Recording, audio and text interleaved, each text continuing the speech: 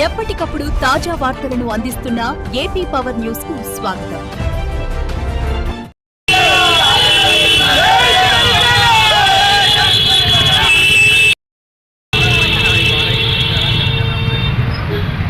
అనకాపల్లిలో ఘనంగా జనసేన పార్టీ ఆవిర్భావ వేడుకలు. అనకాపల్లి స్థానిక జనసేన పార్టీ కార్యాలయం నేడు పండుగ వాతావరణాన్ని తలపించింది.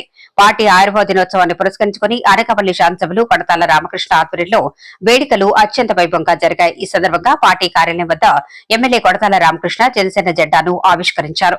ఈ కార్యక్రమానికి పార్టీ నాయకులు వివిధ వార్డుల శ్రేణులు భారీగా తరలివచ్చి సంబరాలు జరుపుకున్నారు. అనంతరం ఎమ్మెల్యే మాట్లాడుతూ ఉప ముఖ్యమంత్రి మరియు జనసేన అధినేత పవన్ కళ్యాణ్ ఆశయ సాధన కోసం ప్రతి ఒక్కరూ అంకిత భావంతో కలిసి పనిచేయాలని పిలుపునిచ్చారు. యువతకు అండగా నిలిచేందుకే జనసేన పార్టీ ఆవిర్భవించిందని, ప్రజా ప్రయోజనాల లక్ష్యంగా పార్టీ ముందుకు సాగుతోందని ఆయన పేర్కొన్నారు.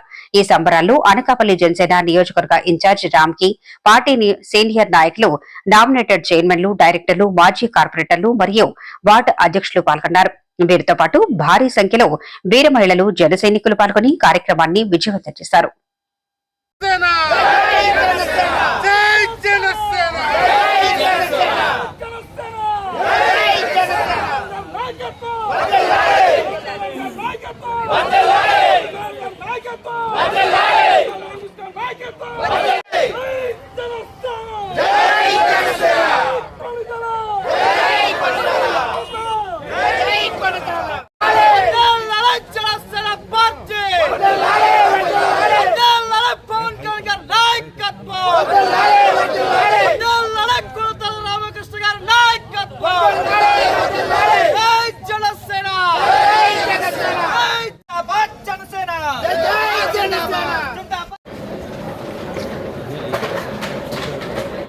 ఈరోజు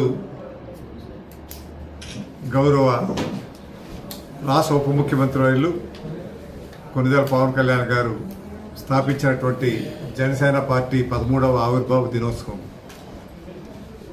ఈ రాష్ట్ర దిశ దశ నిర్ణయించినటువంటి అతి ముఖ్యమైనటువంటి కీలకమైనటువంటి పార్టీగా రూపొందించబడడానికి దీని వెనక పవన్ కళ్యాణ్ గారి ఆలోచనలు, వారి సిద్ధాంతాలు, వారు త్రికరణ శుద్ధిగా నిస్వార్థంగా వారు చేసినటువంటి సేవలు పార్టీని పటిష్టపరచడమే కాకుండా ఈ రాష్ట్రంలో కూటమి ఏర్పడి కూటమి ద్వారా ఎన్డీఏతో పొత్తు కుదుర్చుకొని ఈ రాష్ట్రాన్ని శరవేగంగా ముందుకు నడిపిస్తున్నటువంటి అతి కీలకమైనటువంటి వ్యక్తి గౌరవనీయులు పవన్ కళ్యాణ్ గారు. వారు నిస్వార్థంగా పెట్టినటువంటి రాజకీయ పార్టీ అని ఎందుకన్నా అంటే ఈ పార్టీ 13 సంవత్సరాలు అయినప్పటికీ మొదట టర్మ్ పోటీ చేయకుండా అప్పుడులో ఉన్నటువంటి ఎన్డీఏ భాగస్వామికి, ఎన్డీఏ బీజేపీ తెలుగుదేశం అయినటువంటి వారిద్దరికీ మద్దతు ఇచ్చి కనీసం ఎలక్షన్లో కూడా పోటీ చేయకుండా ఆ రోజు ఆ ప్రభుత్వం రావడానికి 2014 నుంచి 19 వరకు ఆ ప్రభుత్వం రావడానికి కూడా ముఖ్య దోహదకారి పవన్ కళ్యాణ్ గారు. ప్రభుత్వం వచ్చాక కూడా ఆ ప్రభుత్వంలో ఎటువంటి లబ్ధి కూడా చేకూర్చలేకుండా రాష్ట్రం బాగుండాలి, రాష్ట్ర ప్రజలు బాగుండాలి, రాష్ట్రంలో అందరికీ కూడా ఆర్థిక అభివృద్ధి సాధించాలి, ముఖ్యంగా యువతకు మంచి భవిష్యత్తు ఇవ్వాలి అనేటువంటి ఆలోచనతోనే ఆయన ఈ పార్టీని స్థాపించడం జరిగింది.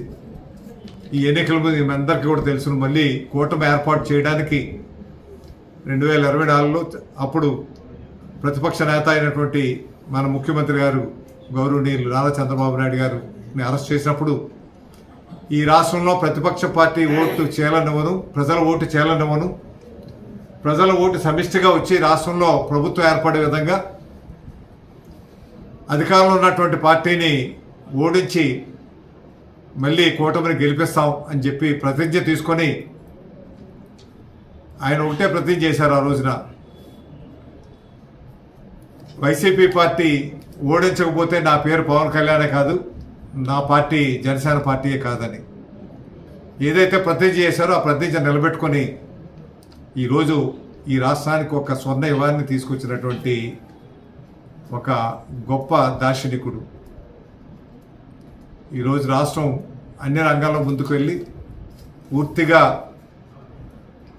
ప్రతిష్ట కోల్పోయి పూర్తిగా నాశనం అయిపోయినటువంటి ఈ రాష్ట్రాన్ని పునర్నిర్మాణం వైపు తీసుకొని వెళ్ళి లక్షలాది కోట్ల రూపాయలు నిధులు ఈ రాష్ట్రానికి వచ్చి ఈ దేశంలో ఎన్ని నిధులు వస్తున్నాయి అందులో 25% నిధులు ఈ రాష్ట్రానికే వస్తున్నాయంటే దీనికి ముఖ్య కారణం మన గౌరవనీయులు ముఖ్యమంత్రి గారు చంద్రబాబు నాయుడు గారు, పవన్ కళ్యాణ్ గారు. వీరికి కేంద్రంలో ఉన్నటువంటి ప్రధానమంత్రి గారి ఆశీస్సులు మెండుగా ఉన్నాయి కాబట్టే ఈరోజు డేటా సెంటర్ లాంటి గూగుల్ డేటా సెంటర్ లాంటిది 1,30,000 కోట్ల రూపాయలతో మన విశాఖపట్నంలో రావడం, అది ఒక ప్రపంచంలోనే ఒక పెద్ద డేటా హబ్గా, ఆర్టిఫిషియల్ ఇంటెలిజెన్స్ హబ్గా రూపొందిస్తామని చెప్పి మన సుందర్ పిచ్చయ్య గారు కూడా మొన్న ఇండియా వచ్చినప్పుడు ప్రకటించడం జరిగింది.